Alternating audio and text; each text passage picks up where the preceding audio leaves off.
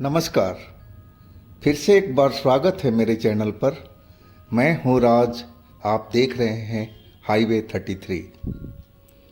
दोस्तों, आज की जो कहानी हमें मिली है, शेयर किए हैं राम सूरत जी। राम सूरत जी बिहार के रहने वाले हैं और ये कहानी उनकी 1980 की है। राम सूरत जी का उम्र इस घटना के टाइम में लगभग 19-20 साल का रहा होगा। राम सूरत जी एक गरीब परिवार से हैं। तो चलते हैं इनकी कहानी में। लेकिन दोस्तों, आपने मेरे चैनल को सब्सक्राइब नहीं किया है तो जल्दी से कर लीजिए और साथ में बेल आइकन को दबाना मत भूलिएगा। दोस्तों, मेरा नाम राम सूरत है। मैं इस घटना के टाइम में लगभग 19 या 20 साल का रहा होगा। ये बात गर्मी के दिनों की है। हमारा जो खेत था नदी के किनारे था और वो जो नदी थी, उस नदी में लोग बाग बताते थे कि उसमें कोई भूत आ चुका है। शायद आपने पानी के भूत के बारे में बहुत कम ही सुना होगा। ये जो आज की हमारी कहानी है, ये पानी के भूतों के बारे में है। हम लोग उनको आम भाषा में डूबा, पनडूबा या बूढ़ा कहते हैं। इन्हीं नामों से ये जाने जाते हैं। मेरा जो खेत था उसमें हम लोग सब्जी उगाया करते थे। मेरे पिताजी भी उसी खेत में लगे रहते थे और मैं भी उसी में लगा रहता था। वो जो खेत था हमारा रोजी रोटी का जरिया था। हमारी एक बहन का शादी हो चुका था जो मेरे से बड़ी थी। अब मैं दूसरा ही था, जो अभी मेरी उम्र लगभग 19 या 20 साल की रही होगी। अब हम उसी खेत से अपना जीविका चला रहे थे। कई तरह की हम सब्जी उगाया करते थे। हमारी जो पिताजी हैं उनको मछली खाने का बहुत ही शौक था। मछली तो पकड़ना चाहते थे, लेकिन वो मछली कभी अपने हाथों से पकड़ नहीं सके। उनके कांटों में पता नहीं क्यों मछली फंसती ही नहीं थी। और मैं मछली मारने में, पकड़ने में उस्ताद था। तो जब भी उनको खाने का दिल करता तो मेरी तरफ इशारा कर देते थे कि बेटा राम सूरत, आज ज़रा नदी में घूम करके आ जाना। और मैं उनका इशारा समझ जाता था।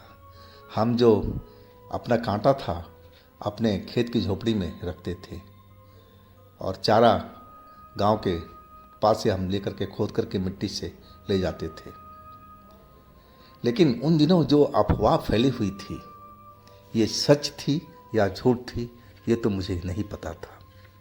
लेकिन उस नदी में कहते हैं लोग कि उसमें बहुत सारी मौतें हो चुकी हैं, करीब 5 वर्षों के अंतराल में। अब जो गांव के लोग बाग थे उस नदी से कतराने लगे थे अकेले में जाने से।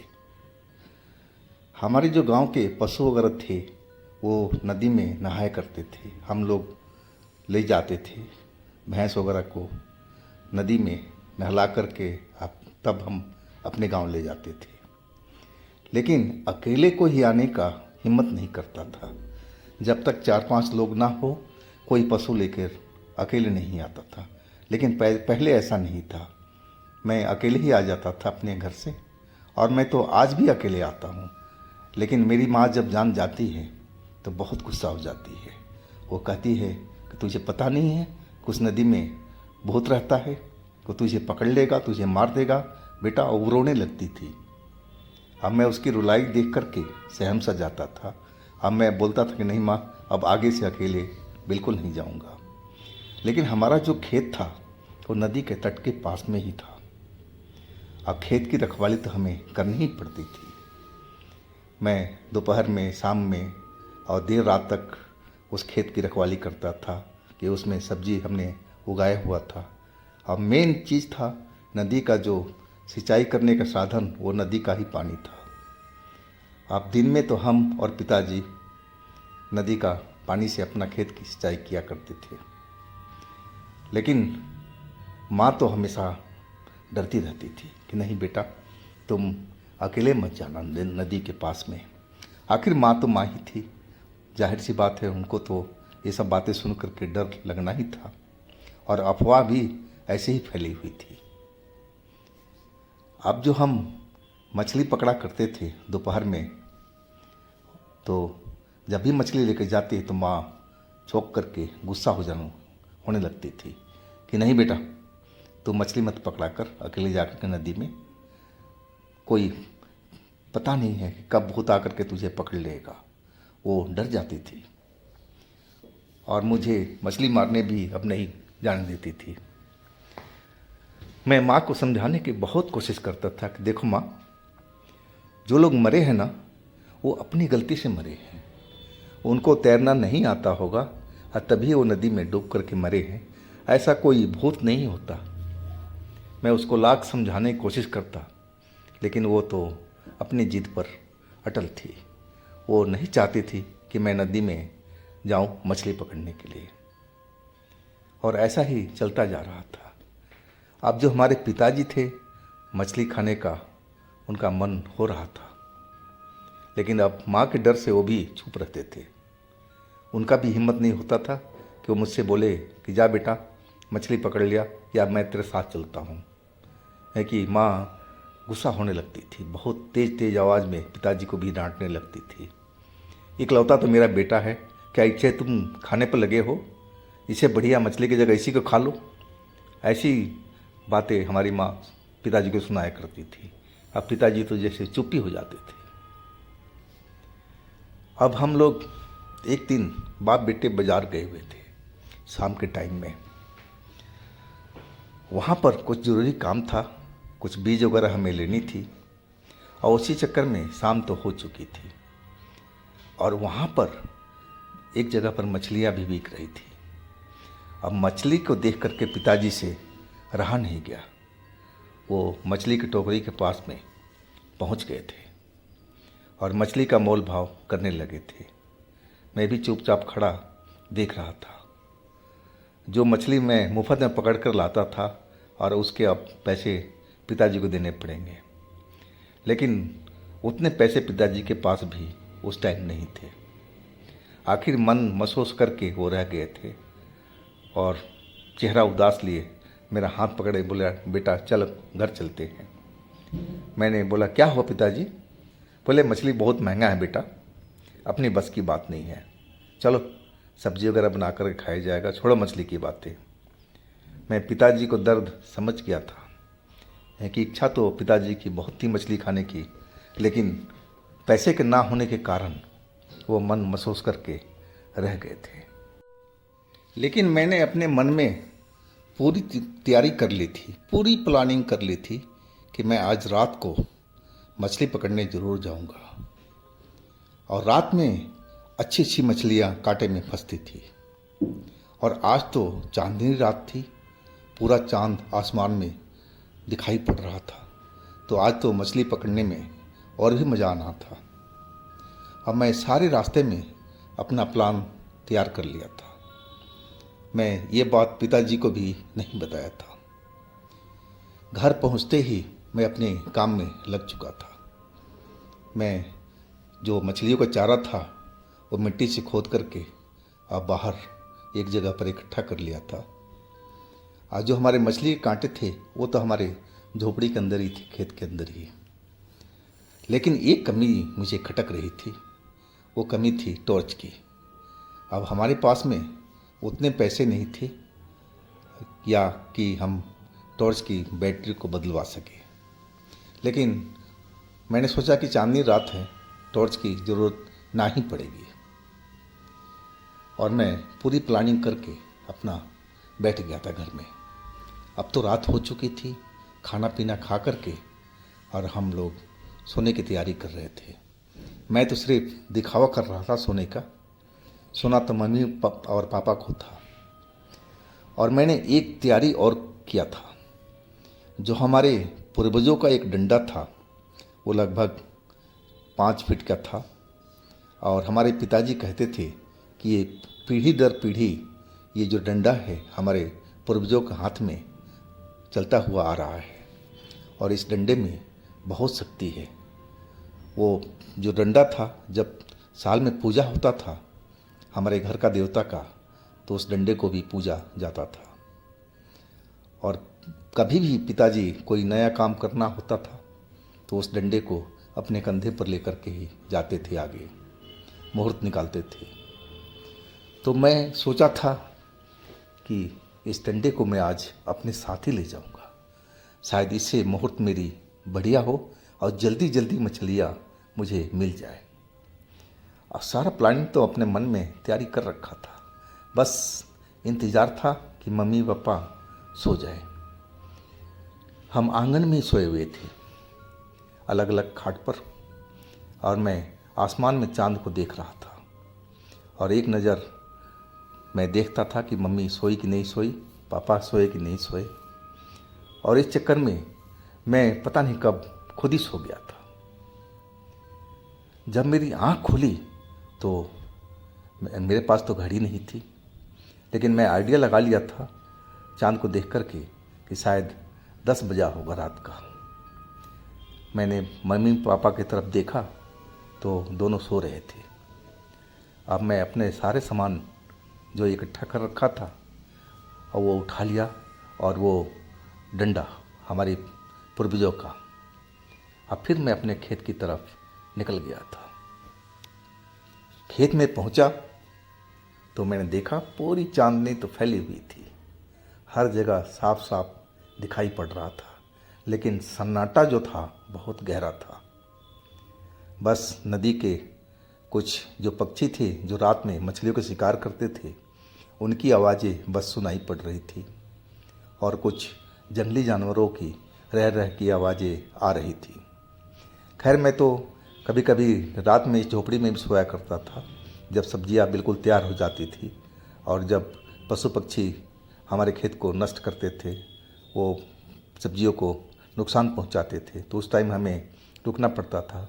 कभी पापा भी साथ होते थे और नहीं तो मैं अकेले भी सोया करता था। मुझे तो डर नाम का कोई चीज़ थी ही नहीं मन में।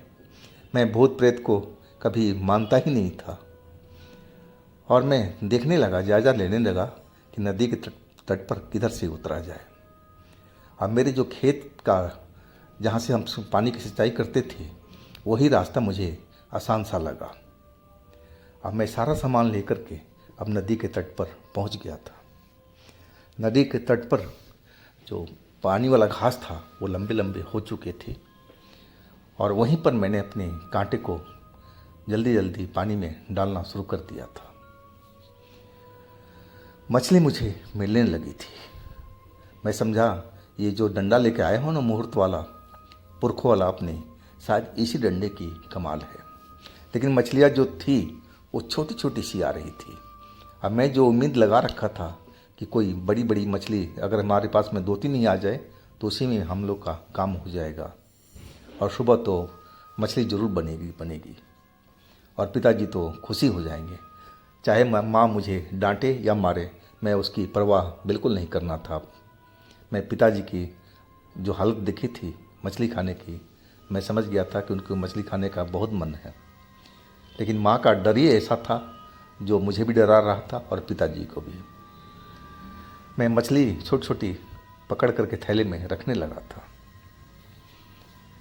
मैं नदी में देख रहा था कि एक जगह पर लग रहा था कि कोई खड़ा है, और वो भी जो साया था अंधेरा सा मुझे वहाँ पर दिखाई पड़ रहा था क्योंकि दूरी ज़्यादा थी, और वो जो साया था वो हमारी ही तरफ आ रहा था। अब पानी में चलने की उसकी आवाज़ मुझे अब साफ सुनाई पड़ने लगी थी। मैंने समझा इतनी रात को इस नदी में अंदर पता नहीं कौन है, लेकिन नदी तो उस जगह पर गहरी थी, लेकिन उसको तो घुटने तक ही पानी मुझे नज़र आ रहा था। ऐसा कैसे हो सकता है? मैं ध्यान से उस साए की तरफ देखने लगा। जब वो नज़दीक आया तो मुझे तो एक 30-35 साल का एक आदमी दिखाई पड़ा, जो नंगे बदन था और बस शरीर पर एक गमछा हुआ लपेटे हुए था, और पूरा बदन उसका नंगा ही था, और वो मछली को हाथों से पकड़ता हुआ चला आ रहा था। पता नहीं कैसे कर रहा था, ये मुझे समझ में नहीं आ रहा था। और मछली पकड़ पकड़ के अपने जो अंगोछा था जो उसने पहन रखा था डबल करके, और उसमें वो डालता हुआ चलता हुआ आ रहा था। मैं आश्चर्य में था कि ये इस जगह पर नदी तो गहरी थी और इसको जो पानी है बिल्कुल घुटने तक आ रहा है, ये क्या क्या चक्कर है। अब वो जो आदमी था मेरे से बिल्कुल नज़दीक में आ चुका था। अब मैं उसकी तरफ देखने लगा। अब तो मेरी मछली में जो कांटा था वहाँ मछली भी नहीं आ रही थी। शायद उसके पानी के हलचल से वो सब मछलियाँ डर चुकी थी और मेरे कांटे की तरफ बिल्कुल नहीं आ रही थी। मैंने उससे ललकारते हुए बोला, अरे भाई, कौन गांव के हो तुम और इस रात में ऐसे कैसे मछली पकड़ रहे हो? तुम जरा उधर ही रहो, है कि तुम्हारे वजह से सारी मछलियाँ भाग चुकी है डर करके। मैं तो मछली पकड़ ही नहीं पा रहा हूँ। और वो बोलने लगा, अरे तुम फलाने के लड़के हो? वो मेरे पिताजी का नाम लेने लगा। नहीं, हाँ जी। बोला, मैं बगल के गांव का हूँ। अरे बेटा, देखो मैं तो मछली हाथ से पकड़ रहा हूँ, तुम्हें कांटे से पकड़ने की ज़रूरत क्या है? आओ, यहाँ तो पानी भी नहीं है। देखो इतने से पानी में खड़ा हूँ मैं। अब मछली बड़े आराम से हाथों में आ रही है। आ जाओ जल्दी अगर मछली पकड़नी है तो। अब देखो कितनी बड़ी बड़ी मछलियाँ हैं मेरे पास में।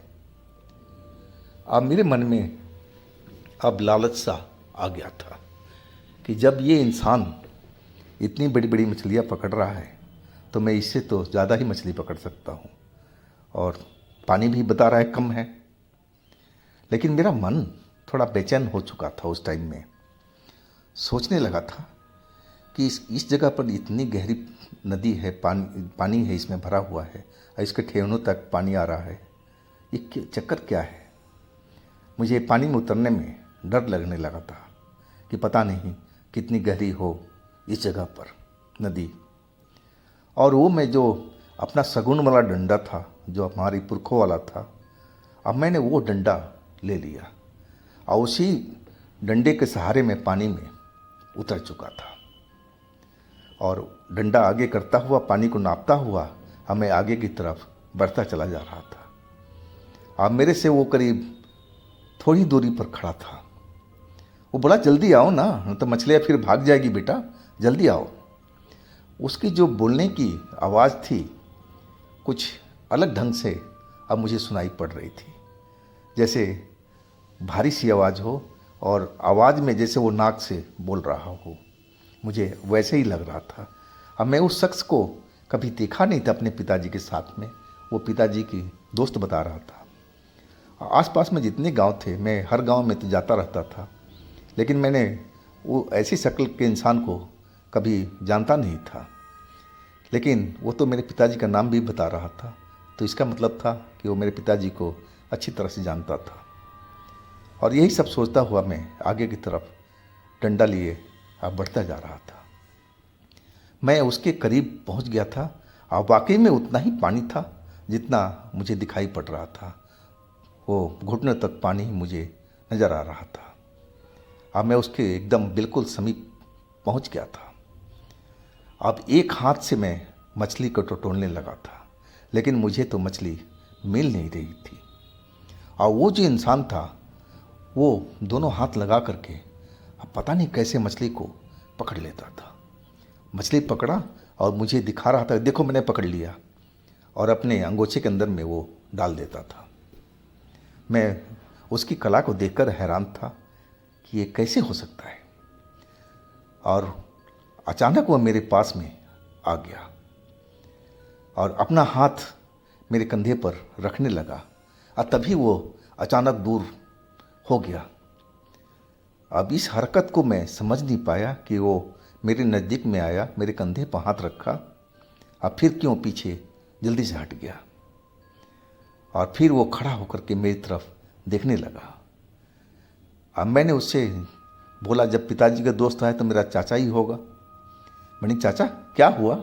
मेरे आपने कंधे पर हाथ रखा फिर पीछे की तरफ हो गए, बात क्या है? वो चुपचाप रहा था। अब फिर बोला, बेटा तू जैसे मछली पकड़ रहा है ना, पकड़ नहीं पाएगा। इसमें दोनों हाथों का इस्तेमाल करना पड़ेगा और तभी तो मछली को पकड़ सकता है। ये डंडा बेटा पानी में रख दे और दोनों हाथ को लगा, और तभी बात बन सकती है, बड़ी बड़ी मछलियाँ तू पकड़ सकता है। मैं उसकी बात को समझ चुका था कि वो सही बोल रहा है, एक हाथ से मछली पकड़ी नहीं जाएगी। और मैं उस डंडे को तो पानी में रखा नहीं, हाँ नदी में उसको हिला करके और गाड़ दिया था, और डंडा बिल्कुल मेरे समीप ही खड़ा था। अब मैं दोनों हाथ अब पानी के अंदर डाल दिया था। पानी डाल करके मैं मछली को पकड़ने की कोशिश करने लगा, लेकिन मेरे हाथ में तो एक भी मछली नहीं लगी थी। अब मैं उसकी तरफ से चेहरा घुमा चुका था, मैं बैक साइड में था और वो मेरे पीछे था, और अचानक उसने मेरे पर झपट्टा मार लिया था और मेरी गर्दन को पकड़ लिया, और एक झटके में जैसे वो पटका था कि मैं पानी के अंदर जा चुका था, और वो भी पानी के अंदर था। अब मेरी तो सांस डूबने लगी थी। मैं छटपटाने लगा था कि हे भगवान, ये क्या है? ये वाकई में ये कोई राक्षस है, शैतान है, जो मम्मी बताया करती थी कि ये कोई भूत है पानी का, यही है क्या? अब मैं छटपटाते लगा था। अब मेरी सांस जो थी वो रुकने लगी थी। अब लगा कि मेरी दम निकल चुका है, मैं मर जाऊंगा। मैं अपना हाथ इधर से उधर किए जा रहा था, बचने की कोशिश कर रहा था, लेकिन वो तो मेरे पर एकदम बुरी तरह से हावी हुआ पड़ा था। वो मेरी गर्दन को छोड़ नहीं रहा था, वो ज़मीन में दबाया जा रहा था कि मैं ज़्यादा देर पानी में रहूं तो मेरी मौत ऐसे ही हो जाए। अब मैं अपने हाथ को इधर उधर फैलाए हुए जा रहा था कि कोई सहारा मिले कि मैं जल्दी से उठ करके खड़ा हो जाऊं। और तभी वो डंडा जो मैंने गाड़ा हुआ था, वो डंडा मेरे हाथ में टकरा गया, और मैं वो डंडे को कस करके पकड़ लिया था जितनी मेरे अंदर में ताकत थी। और जैसे ही मैंने डंडा पकड़ा था, वो गर्दन मेरा छोड़ करके और एकदम गायब ही हो चुका था। मैं जल्दी से पानी से बाहर निकला, लंबी लंबी सांस लेने लगा था। मैं अब डर चुका था, शरीर में तो डर आ गया था कि जो माँ कहा करती थी ये बात बिल्कुल सही है। यही है वो पानी का भूत, जिसको हम लोग पंडुबा बोलते हैं, बूढ़ा बोलते हैं और डूबा बोलते हैं। यही वो इंसान था जो मुझे मछली के लालच दे करके और अंदर तक लेके आया था। लेकिन ये जो डंडा था, जो हमारे पूर्वजों का डंडा था, इसी ने हमारी मदद किया था। अब मैं तो अब बस अगले पल नदी के पार ही निकल गया था, और मुड़ कर के देखा, लेकिन मुझे वो अब कहीं नहीं दिखाई पड़ रहा था। मैं समझ गया कि वही था ये सब भूत, जो पानी के भूत लोग बताते थे, यही वो भूत है। अब फिर मैं काहे के लिए नदी के पास रुकने जाऊं? मैं मछली का कांटा वाटा सब छोड़ छाड़ करके और डंडा लिए अपने घर की तरफ चल पड़ा था दौड़ता हुआ। मैं जब घर पहुंच गया तब मुझे शांति मिली थी कि मैं अब सुरक्षित हूँ। डंडा तो मेरे पास ही था, लेकिन डर तो अकेले का था कि मैं अकेले में हूँ, कुछ भी हो सकता है। जब मैं घर पहुँच गया तब मुझे चैन बिल्कुल पड़ा था, और डंडा को जहाँ रखा जाता था उस जगह रख करके मैं देखा मम्मी पापा अभी सो रहे हैं गहरी नींद में। अब पता नहीं अब कितना टाइम हुआ होगा, मैं अपनी चारपाई पर आ चुका था। सोने की कोशिश करने लगा, लेकिन मन में रह रह करके वही सब चीज़ें ध्यान में आ रही थी, तो नींद कैसे आए। लेकिन आखिरकार जब सुबह होने को आई तब मुझे नींद आ चुकी थी। जैसे ही सूरज निकला था, अब माँ उठाने लगी, बेटा उठ जा, देख सूरज निकल चुका है, खेत पर नहीं जाएगा क्या? मैं उठ करके खड़ा हुआ, लेकिन मेरी हिम्मत नहीं हुई थी कि ये सब बातें अपनी माँ को बताऊं या फिर पिताजी को बताऊं। सारी बातें अपने मन में ही मैंने रखा था और किसी को नहीं बताया था। और फिर हम अपने काम पर लग चुके थे। अब मैं समझ चुका था कि जो गांव के लोग अफवाह फैलाए हुए थे कि उसमें पानी का भूत है, वो बिल्कुल बात सच थी। इस घटना को जब मेरी शादी हो गई थी तब मैं ये घटना अपने पूरे परिवार से मैं शेयर किया था। और उस टाइम जो मेरी माँ ने मुझे मोटी मोटी बात सुनाई थी मैं भूलता नहीं हूँ। वो कहने लगी कि बेटा तूने बहुत बड़ी गलती की थी उस नदी के तट पर, वो भी रात को जा कर के। तू तो मेरा इकलौता औलाद था, अगर तुझे कुछ हो जाता तो मैं क्या करती बेटा। वो रोने लगी थी। मैं समझ गया था कि मुझे ऐसा नहीं करना चाहिए था, लेकिन अब तो जो गलती मेरे से हो चुकी थी उसको तो वापस नहीं किया जा सकता। लेकिन मैं कसम खा चुका था कि अकेले नदी के तट पर, वो भी रात में, तो बिल्कुल नहीं जाऊंगा। और ये घटना मुझे आज भी पूरी तरह से याद है।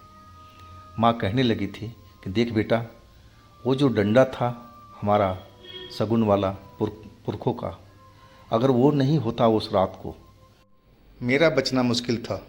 बात भी बिल्कुल सच थी। तो दोस्तों, ये थी कहानी आज की। अगर आपके पास भी इस तरह की कोई अपनी आप बीती है, कोई घटना है, तो आप मुझे इंस्टाग्राम पर या मेरे व्हाट्सएप नंबर पर शेयर कर सकते हैं। और दोस्तों, मेरे दूसरे चैनल पर भी जाइए, उनमें भी अच्छी अच्छी कहानियाँ हमने डाली हुई है जो बेहद आपको पसंद आएगी। चैनल का लिंक मैं नीचे डिस्क्रिप्शन बॉक्स में दे रखा हूँ। और मेरे इस चैनल को भी सब्सक्राइब कीजिए, लाइक कीजिए, शेयर कीजिए। फिर हम मिलते हैं अगले दिन एक नई घटना, एक नई कहानी के साथ में। आप लोग अपना बहुत ही ख्याल रखिएगा। नमस्कार।